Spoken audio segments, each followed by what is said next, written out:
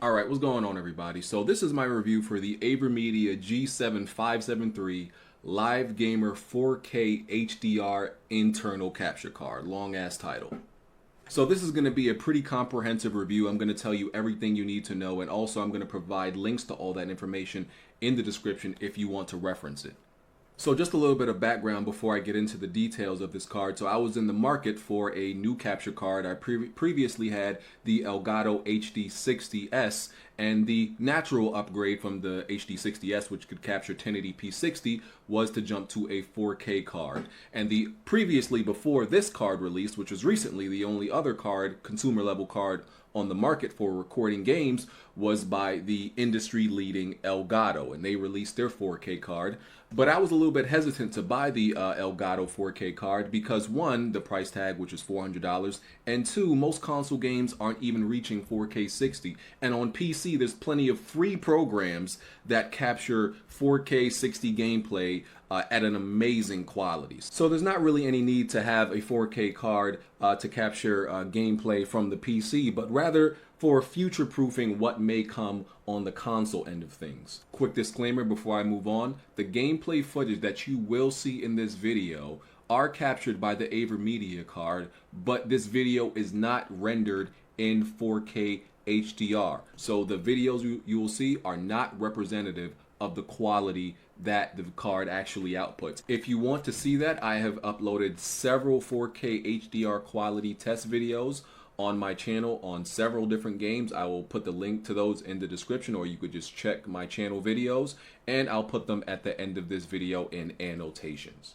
So let's get into the review and talk about the technical and the specifications of this card. So I've been on YouTube way too long, about 10 years, so I've been through several capture cards. I started out with the Dazzle. Some of you had no idea what a Dazzle is. That's way before your time. That was the capture card that recorded in SD. Yes, SD. I've had the Hapog, the early Elgato, so all of that. So I've had experience with capture cards. But so the AVerMedia Live Gamer 4K card, some of its highlights: 4K 60 HDR. Now I mentioned the Elgato earlier, of course. The main thing that the AVerMedia card can do that the Elgato 4K cannot do, that they boast, is HDR. This card can capture HDR. And of course, if you're viewing HDR, you have to have the right device, like a Samsung or a Samsung 8, I believe, or above, or an iPhone X to actually view HDR. Or you can obviously watch the HDR video on a 4K TV on YouTube. So like I said, it can capture 4K 60 HDR. It can capture up to 240 FPS, which you would probably only need if you're recording PC gameplay, because no console game is really reaching that. It has ultra low latency, of course, with the preview screen. When you're recording, you can see what you're actually recording in real time, and also when you're live streaming. It has RGB lighting for all of you gold chain gamers who enjoy, you know, the colors and the spectacles and the, you know, the visual presentation of lighting up your rig. So that's always good.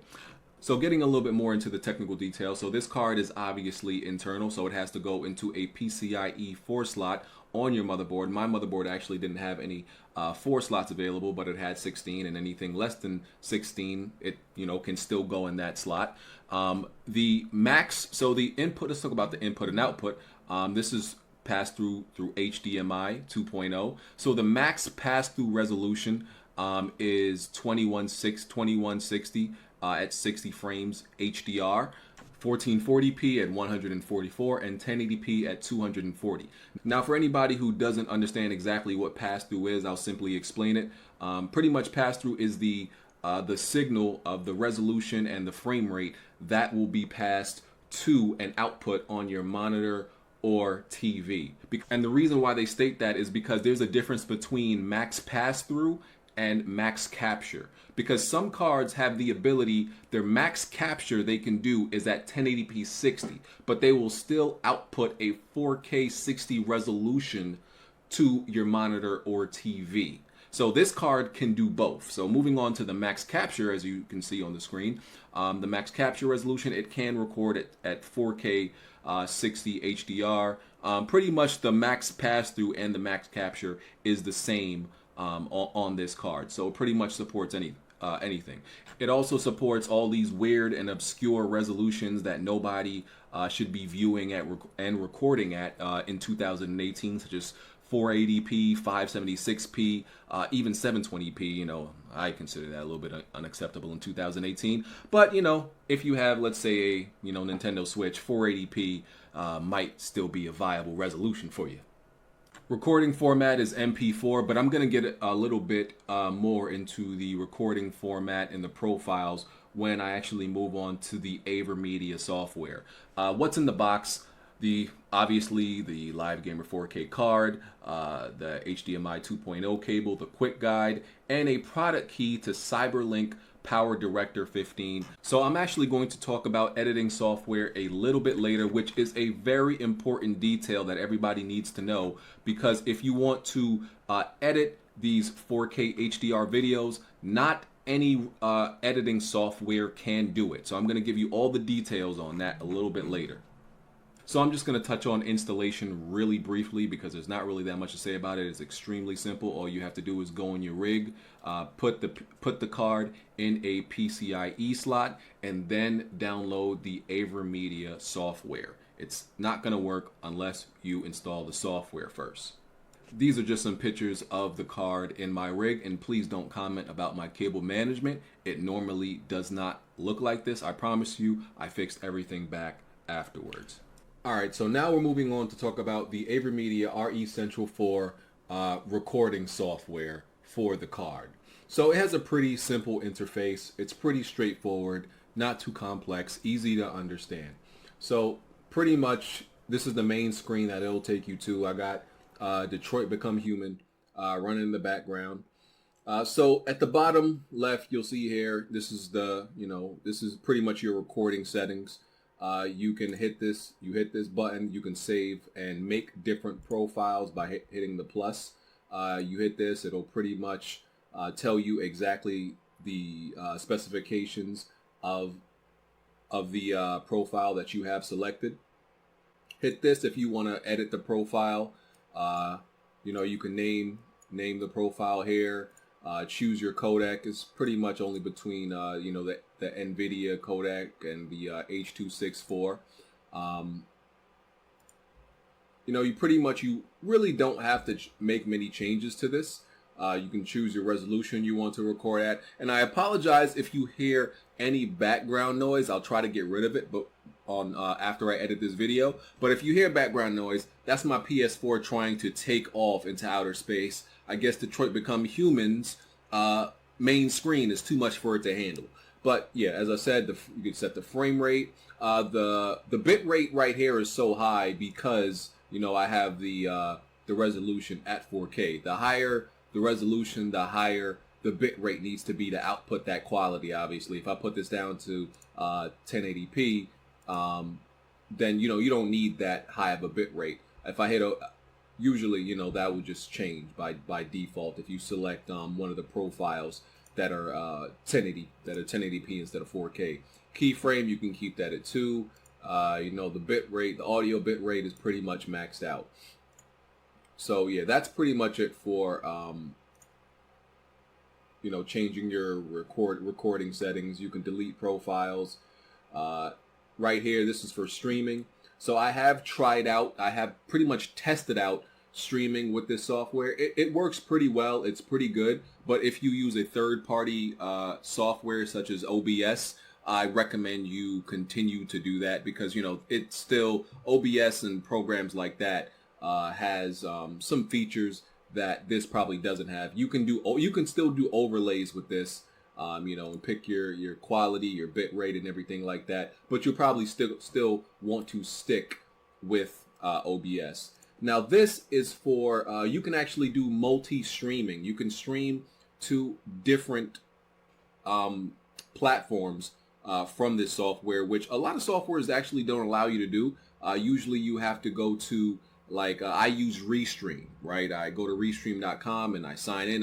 I select everywhere I want my stream to go, like it'd be YouTube and Twitch. So this actually allows you to do that pretty much.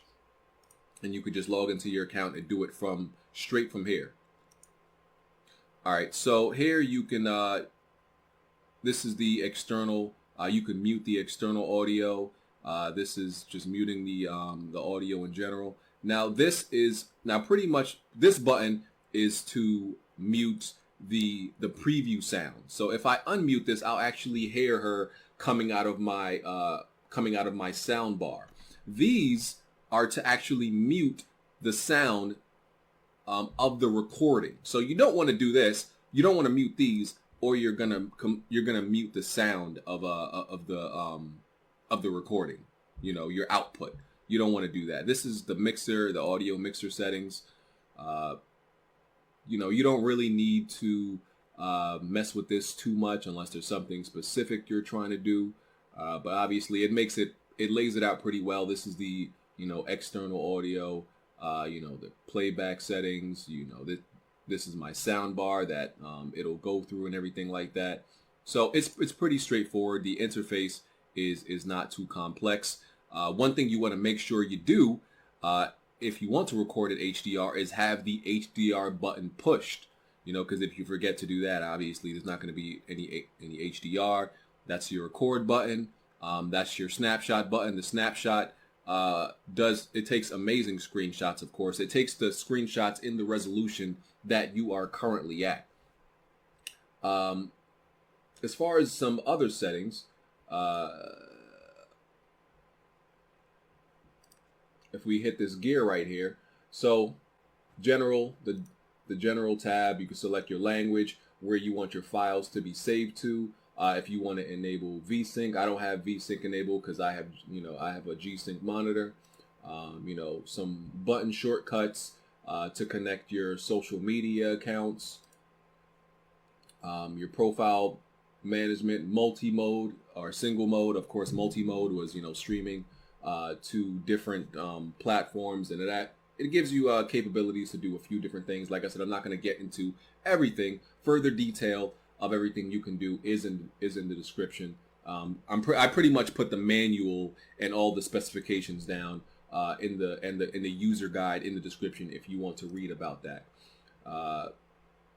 Your software version, and it of course tells you the capture device you're using, because there's several different AVerMedia game capture devices that they've released recently. So y'all can check those out if you're interested in another AVerMedia card. Almost forgot to mention, when you're in the menu and the settings menu and you click on the card, it takes you to a few different other options, such as turning HDCP on or off, the lighting settings, such as when it's turned off, the device doesn't have any lighting, and also the mode of lighting that you want your card to show. There's a few different settings, and you could change the frequency from slow to the fastest setting, so you can switch up how your lighting works in your rig. And this is pretty much where any type of anything you record, or if you take a snapshot of anything, would go. Like, for example, let me try to go take a screenshot, if it would load up. It's taking a second. Okay, I'll take that screenshot, and it should appear here, and I can just select that and hit share, and I can share it to Twitter if I want. So this program is pretty straightforward. It's pretty cool. It works very well. I've had zero problems with this software. It runs very smooth. I've had pretty much no issues. Once in a while, I have encountered that a video I recorded might have gotten corrupted, but that's only happened once, and I've done a lot of recordings. So for the most part, this program runs extremely smoothly. All right, so just a few more things I want to touch on before I conclude my review, and those two things I want to touch on are live streaming and editing, which I mentioned earlier is very important. So first, with live streaming. Live streaming is extremely simple with the AVerMedia card. If you use a third-party program like I do, I use OBS Streamlabs. Just like anything else, you go to Add Source, Video Capture Device, Add Source. My AVerMedia is already selected, of course, and it's that simple. And the card works flawlessly. The quality is amazing. Let me get into the quality in just a second. But one thing I didn't have to do, that I had to do with some other cards, is sync up my, my voice, the gameplay sound and everything like that. Everything was already synced up. It was, no latency issues, no lag issues. I didn't have to add a delay or anything like that. Not only that, I have to say that even though live stream quality does depend on what you put your bit rate at and what resolution you stream at and everything like that, and there's all these factors, I have to say that this card live streams quality is amazing, because as I said, I was using the Elgato HD60 prior to this, and that live stream quality was really good. But this live stream quality is so good, it almost looks like I'm just doing a local recording and uploading the video, right? Because when you live stream, you're losing some quality there. When you're just doing a recording, that's you're saving all that quality. But my live streams have looked like local recordings, and people who have seen my live streams have watched that, and you can even go check out for yourself all the recent live streams that I've done, not on PC. I've been using this card and they look phenomenal. So this card just, really, really helps with that. It just, I don't get any pixelation, anything like that, no lag. My live streaming experience with this card has just been a 10 out of 10. It's been top notch, no issues, no problems, nothing. Only problem that I've had has been like OBS related or something like that because of their updates, maybe the PC game or something I've been playing. It has not been the card whatsoever. So as far as live streaming goes, the card is absolutely great. All right, so this is the last thing I want to talk about. Video editing software, which I mentioned is very important. And the reason it's very important is because not every video editing software allows you to view, edit, or render 4K HDR videos. Actually, I've only found one software, and I've used a lot of software. I've done a lot of research on this. I've only found one program that allows you to view, edit, and render 4K HDR videos, and that is Adobe Premiere. So as you can see, I have Sony Vegas Pro 15 open, right? So these two are technically the same videos. I have two Vegas windows open. So this is an Uncharted 4 video in 1080p. This is the video, this is the same video in 4K. So this is the raw recorded file.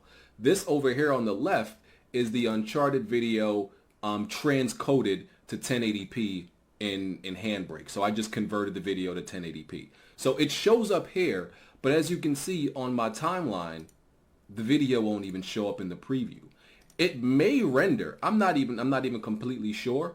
So it may render, but what really use is there to render if you can't even edit the video, right? And it'll allow you to render in up to 4K, but according to my research, there is no setting to render HDR in Sony Vegas. You can render 4K, but not HDR, okay? So I'm just gonna go ahead and close Sony Vegas, and I've tried different programs. Like I said, the best the best program I've come up with that is capable of doing all the things you need is Adobe Premiere. So I'm just going to open the program and show you how I can put in a 4K video. It'll show up, it'll look great, and what I'm also going to do is a separate video on how to render in HDR, because generally HDR, I guess you can say it's still somewhat relatively new. It's not the most, an HDR TV is not necessarily in every household yet, or most households. I don't even think 4K TVs are in most households yet. So definitely not 4K HDR. So it only makes sense that there's not the most, I only found one video on YouTube on how to render in HDR. One, right? So yeah, that's why I had to do so much research and figure this stuff out on my own. So I'm just going to right now I'm going to drag that same HDR, 4K HDR Uncharted video that wouldn't show up in Sony Vegas, and I'm going to drag it over here, and you're going to see it just very easily pop up on the timeline. And there it goes. It looks great. When you saw it on the other Sony Vegas, it even looked kind of washed out. So Adobe Premiere is the best program for this. Okay, this is Adobe Premiere 2018. So here's another detail. the card, the AVerMedia card, comes with CyberLink Power Director 15.